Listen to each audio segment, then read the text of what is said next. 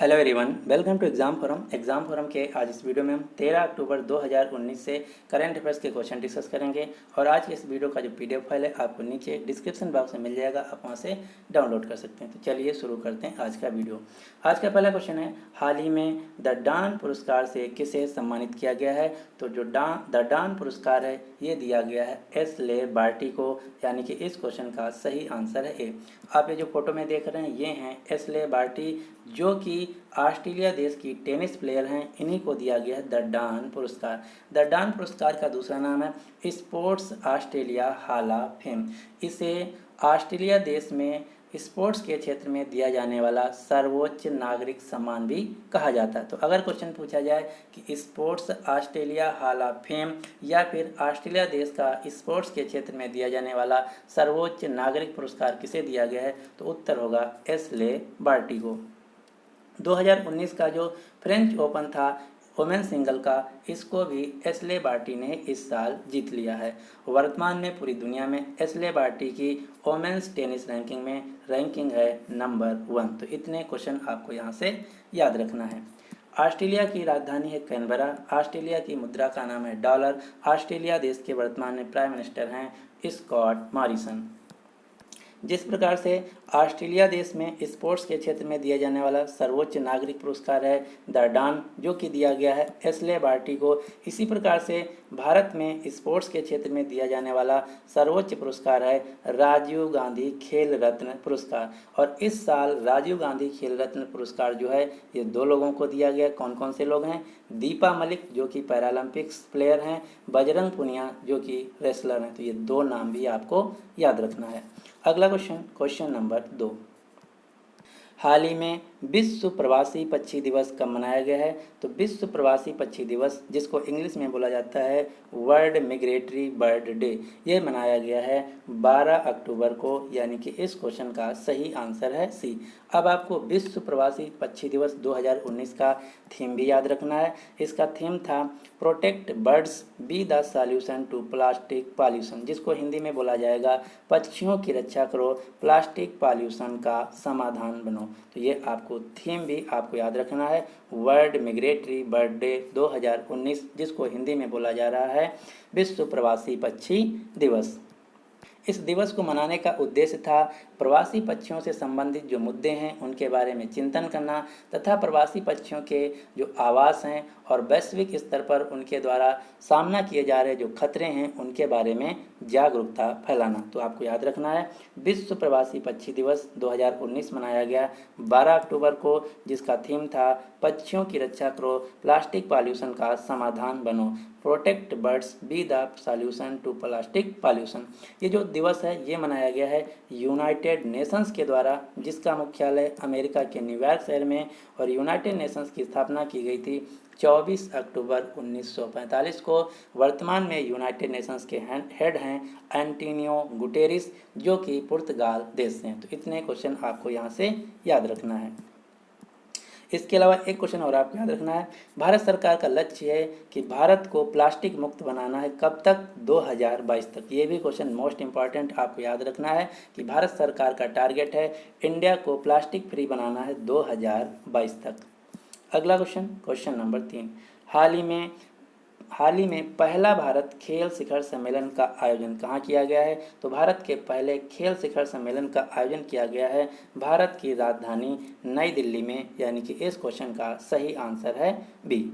इसका उद्घाटन किया गया भारत के युवा और खेल राज्य मंत्री किरेन रिजिजू के द्वारा। तो आपको याद रखना है भारत का पहला खेल शिखर सम्मेलन का आयोजन किया गया भारत की राजधानी नई दिल्ली में, जिसका उद्देश्य था भारत के युवाओं को खेल के लिए अग्रसर करना, प्रेरित करना तथा भारत को स्पोर्टिंग पावर हाउस बनाना। तो इस क्वेश्चन का सही आंसर है बी। अब आपको कुछ समिट और कॉन्फ्रेंस याद रखना जो कि रिसेंट में मनाई गई, जैसे कि भारत का पहला हेलीकॉप्टर शिखर सम्मेलन मनाया गया था उत्तराखंड के राजधानी देहरादून में। और अभी मैंने कल आपको बताया था 38th इंडिया कारपेट एक्सपो का आयोजन किया गया वाराणसी उत्तर प्रदेश में। विज्ञान, धर्म और दर्शन पर आधारित 5वीं विश्व संसद का आयोजन किया गया महाराष्ट्र के पुणे शहर में। 39th विश्व कवि सम्मेलन का आयोजन किया गया उड़ीसा के भुवनेश्वर शहर में। सरस आजीविका मेला 2019 का आयोजन किया गया भारत की राजधानी नई दिल्ली में। अंतर्राष्ट्रीय सहकारी व्यापार मेला 2019 का आयोजन किया गया भारत में पहली बार भारत की राजधानी नई दिल्ली में। तो ये हैं कुछ रीसेंट कॉन्फ्रेंस और समिट जो कि आपको याद रखना है। अगला क्वेश्चन नंबर 4, हाल ही में दूसरा भारत चीन अनौपचारिक शिखर सम्मेलन का आयोजन कहाँ किया गया है? तो भारत चीन अनौपचारिक शिखर सम्मेलन 2019 का आयोजन किया गया है तमिलनाडु के शहर ममल्लपुरम में, जिसका दूसरा नाम है महाबलीपुरम, जो कि तमिलनाडु का एक स्थान है। अगर क्वेश्चन पूछा जाए कि भारत चीन का जो अनौपचारिक शिखर सम्मेलन है, इसका पहला आयोजन कहाँ किया गया था? तो इसका पहला आयोजन किया गया था 2018 में चाइना के वुहान शहर में। तो ये दोनों क्वेश्चन आपके लिए इंपॉर्टेंट हैं। पहला शिखर सम्मेलन आयोजन किया गया था चाइना के वुहान शहर में, और इस साल जो कि दूसरा है इसका आयोजन किया गया है भारत के तमिलनाडु राज्य के ममल्लपुरम में, जिसका दूसरा नाम है महाबलीपुरम। अब आपको ममल्लपुरम या महाबलीपुरम से एक क्वेश्चन याद रखना है जो कि आपके एग्जाम में पूछा जा सकता है। क्वेश्चन ये है कि जो ममल्लपुरम या महाबलीपुरम है, ये तमिलनाडु का एक जगह है। ये क्यों फेमस है, ये क्वेश्चन पूछा जाता है। ये इसलिए फेमस है क्योंकि यहाँ पर पल्लव डायनेस्टी के राजाओं द्वारा 7वीं और 8वीं शताब्दी के बनाए गए मंदिर और यहाँ के जो मॉन्यूमेंट हैं, इसके लिए ममल्लपुरम फेमस है, जहाँ पर अभी अभी आयोजित किया गया भारत और चीन के बीच इनफॉर्मल शिखर समिट 2019। तो ये क्वेश्चन आपको याद रखना है। जो भारत के प्रधानमंत्री शी जिनपिंग हैं, ये 2 दिनों के यात्रा पर भारत के लिए आए हुए थे। जो चीन देश है, इसकी राजधानी है बीजिंग। चीन की मुद्रा का नाम है रेनबी। चीन में ही 2022 में खेला जाएगा शीतकालीन ओलंपिक खेल, चीन की राजधानी बीजिंग में। और भारत और चीन के बीच जो मिलिट्री एक्सरसाइज होती है उसका नाम है हैंड इन हैंड। और चीन ने ही अभी दुनिया की सबसे शक्तिशाली मिसाइल डोंगफेंग 41 DF-40 का अनावरण किया था। तो ये क्वेश्चन जो है मोस्ट इम्पॉर्टेंट है, आपको याद रखना है। अगला क्वेश्चन, हाल ही में शांति के क्षेत्र में नोबेल पुरस्कार 2019 से किसे सम्मानित किया जाएगा? तो शांति यानी कि पीस के क्षेत्र में 2019 का नोबेल प्राइज दिया जाएगा अबी अहमद अली को, यानी कि इस क्वेश्चन का सही आंसर है ए। जो अबी अहमद अली हैं, ये इथोपिया देश के वर्तमान में प्राइम मिनिस्टर हैं। इन्हीं को दिया जाएगा इस साल का शांति के क्षेत्र में नोबेल प्राइज। अब क्वेश्चन ये बनता है कि इनको क्यों दिया जाएगा? तो ये भी आपको पता होना चाहिए कि इनको क्यों दिया जाएगा।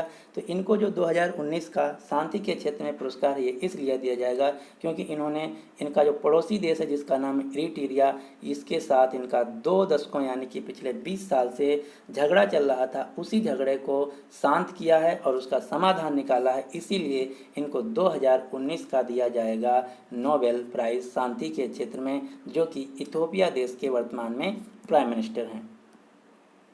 अब आपको जो नोबेल प्राइज़ है यहाँ से एक क्वेश्चन और याद रखना। क्वेश्चन क्या है? जो नोबेल प्राइज़ है इसमें 9 मिलियन क्रोनर, जो कि स्वीडन देश की मुद्रा है, इतना प्राइज़ मनी दिया जाता है, जिसको अगर हम US डॉलर में कन्वर्ट करें तो होगा लगभग 9,18,000 US डॉलर। अगर इसको भारतीय मुद्रा में कन्वर्ट किया जाए तो इसका अमाउंट बनता है 6,52,23,900 रुपये। तो 6,52,23,900 रुपये दिए जाएंगे इथोपिया देश के प्राइम मिनिस्टर, जिनका नाम है अबी अहमद अली, जो कि शांति के क्षेत्र में नोबेल पुरस्कार से नवाजे गए हैं। और एक क्वेश्चन पूछा गया था पिछले साल, जब नोबेल प्राइज़ दिया जाता है तो क्या क्या उसके साथ दिया जाता है? तो नोबेल प्राइज़ विनर को 3 चीज़ें दी जाती हैं। क्या क्या? नगद पुरस्कार जो कि 9 मिलियन क्रोनर है, इसके साथ ही साथ एक स्वर्ण पदक दिया जाता है तथा एक डिप्लोमा दिया जाता है। यानी कि 3 चीज़ें दी जाती हैं, जो तीनों चीज़ों का नाम आपको याद रखना है। जो इथोपिया देश है, इसके प्राइम मिनिस्टर जिनका नाम है अबी अहमद अली, इन्हीं को दिया गया है 2019 का नोबेल प्राइज़ शांति के क्षेत्र में। इथोपिया देश जो है ये अफ्रीका महाद्वीप का एक देश है। इसकी राजधानी आदिस अबाबा। इथोपिया की मुद्रा का नाम है इथोपियन बिर।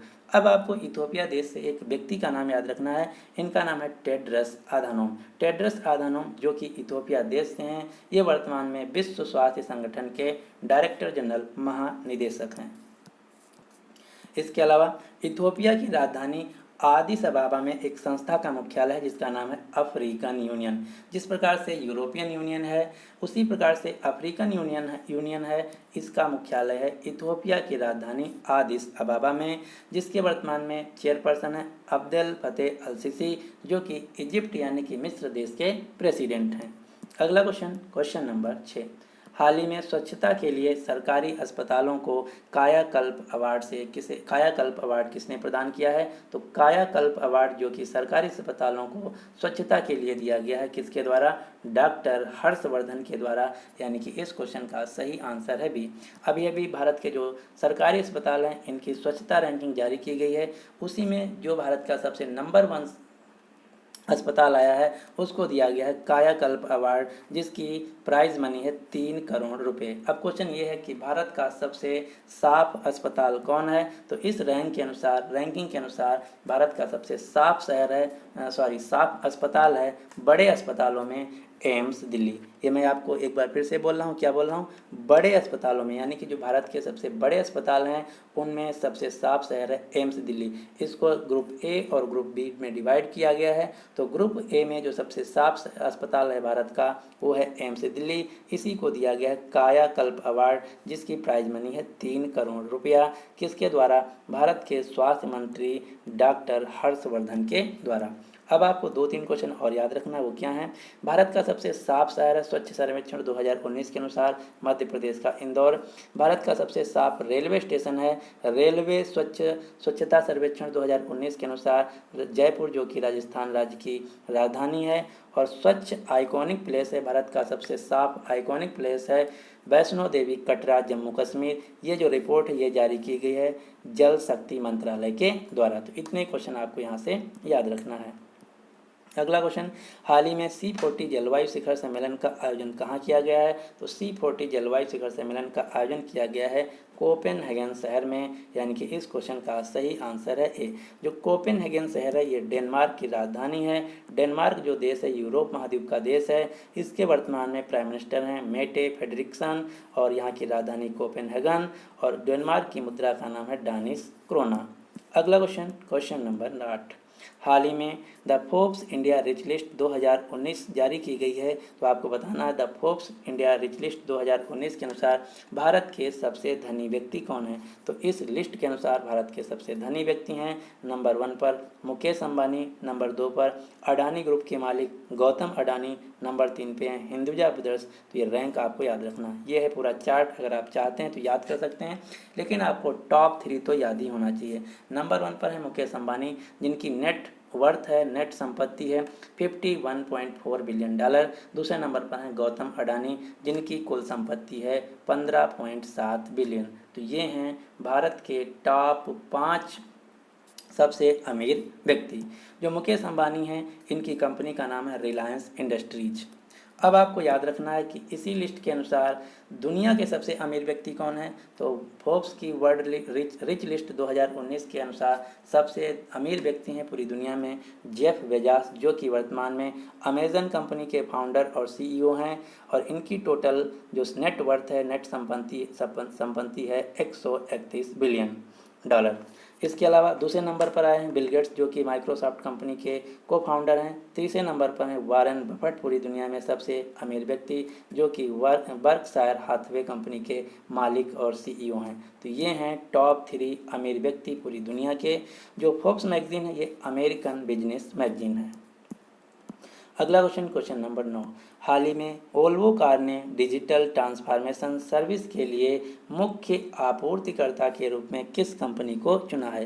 तो वोल्वो कंपनी, जो कि एक लग्जरी कंपनी निर्माता है, इसने डिजिटल ट्रांसफॉर्मेशन यानी कि जो कार में यूज होने वाली डिजिटल सेवाएं हैं उन सबको सप्लाई के लिए किस कंपनी के साथ समझौता किया है? तो सही उत्तर होगा इन्फोसिस कंपनी के साथ, जो कि भारत की दूसरी सबसे बड़ी IT कंपनी है।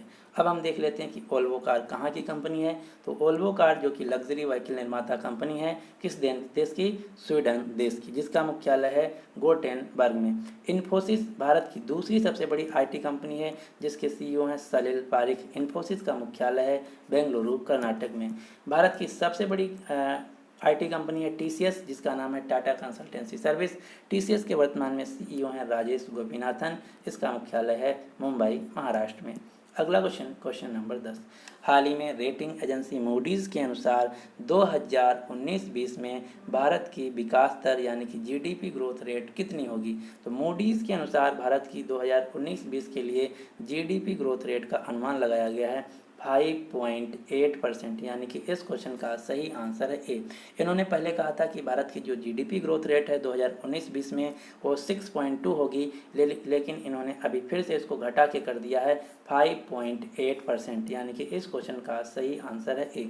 अब आपको 3 कंपनियों के नाम याद रखना जो कि सबसे ज़्यादा एग्जाम में पूछा जाता है। इन 3 कंपनियों को कहा जाता है बिग 3 क्रेडिट रेटिंग एजेंसी। ये कौन कौन सी हैं? Big 3 credit rating agency. पहली है स्टैंडर्ड्स एंड पुअर, दूसरी है मूडीज़, तीसरी है फिच रेटिंग। इन तीनों कंपनियों का मुख्यालय है अमेरिका के न्यूयॉर्क शहर में, और ये तीनों दुनिया की सबसे बड़ी क्रेडिट रेटिंग एजेंसी हैं। अगला क्वेश्चन नंबर 11। हाल ही में मैरी कॉम ने विश्व महिला मुक्केबाजी चैंपियनशिप में कौन सा पदक जीत लिया है? तो एमसी मैरी कॉम, जो कि एक बॉक्सर है मणिपुर राज्य से, इन्होंने अभी विश्व महिला मुक्केबाजी चैंपियनशिप 2019 में कांस्य पदक जीता है, यानी कि इस क्वेश्चन का सही आंसर है सी। एमसी मैरी कॉम जो कि मणिपुर राज्य से हैं और ये बॉक्सर प्लेयर हैं, मुक्केबाज हैं। यहाँ से आपको 2 क्वेश्चन याद रखना है जो कि सबसे ज़्यादा पूछे जाते हैं एग्जाम में। पहला, एमसी मैरी कॉम ने एक किताब लिखा जिसका नाम है अनब्रेकेबल। ये क्वेश्चन आरआरबी एएलपी के एग्जाम में कई बार पूछा गया था कि जो अनब्रेकेबल पुस्तक है ये किसकी पुस्तक है या किसकी ऑटोबायोग्राफी है? तो उत्तर होगा बॉक्सर एमसी मैरी कॉम की। दूसरा क्वेश्चन ये पूछा गया था बहुत से एग्जाम में कि एमसी मैरी कॉम अब तक की वर्ल्ड बॉक्सिंग चैंपियनशिप में कितने गोल्ड मेडल जीती हैं? तो इनका रिकॉर्ड है पूरी दुनिया में, एक केवल मात्र महिला हैं जिन्होंने वर्ल्ड बॉक्सिंग चैंपियनशिप में अब तक टोटल 6 गोल्ड मेडल जीता है। और एमसी मैरी कॉम को 2019 में PUMA पुमा तथा BSNL कंपनी ने अपना ब्रांड एम्बेसडर भी बनाया है। अंतर्राष्ट्रीय स्तर पर जो बॉक्सिंग की गवर्निंग बॉडी है इसका नाम है इंटरनेशनल बॉक्सिंग एसोसिएशन, जिसके वर्तमान में प्रेसिडेंट हैं गफूर रखीमोव, और इसका मुख्यालय स्विट्जरलैंड के लाउजेन शहर में। अगला क्वेश्चन नंबर 12।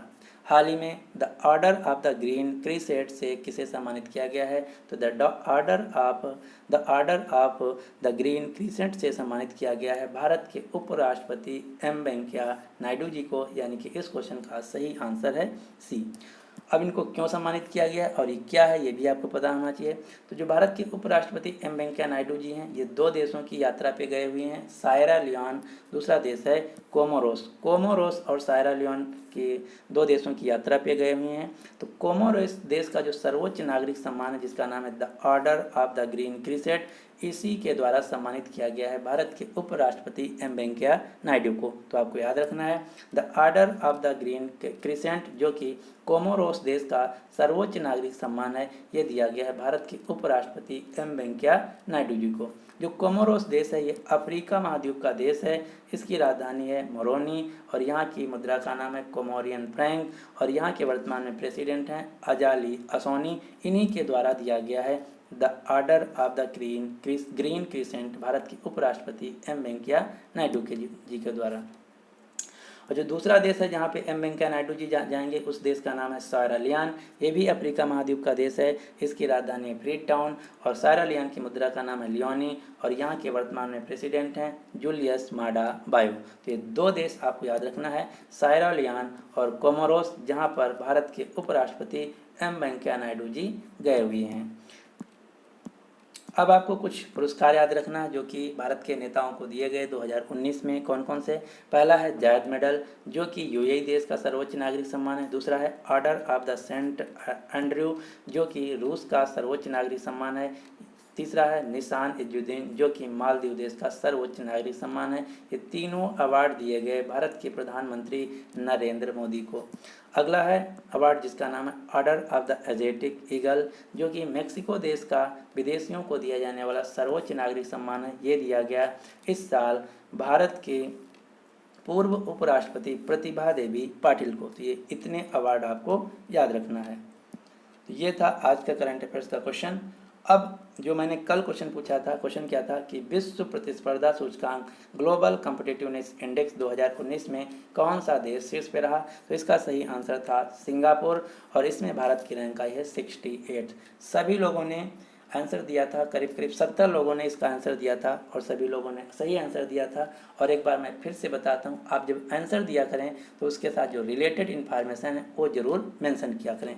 तो अब आपके लिए आज का क्वेश्चन है कि हाल ही में Muslim man of the year 2020 किसे घोषित किया गया है? तो इस क्वेश्चन का जो सही आंसर है आपको नीचे कमेंट बॉक्स में बताना होगा तथा इससे जो रिलेटेड इन्फॉर्मेशन है वो भी आपको लिखना होगा।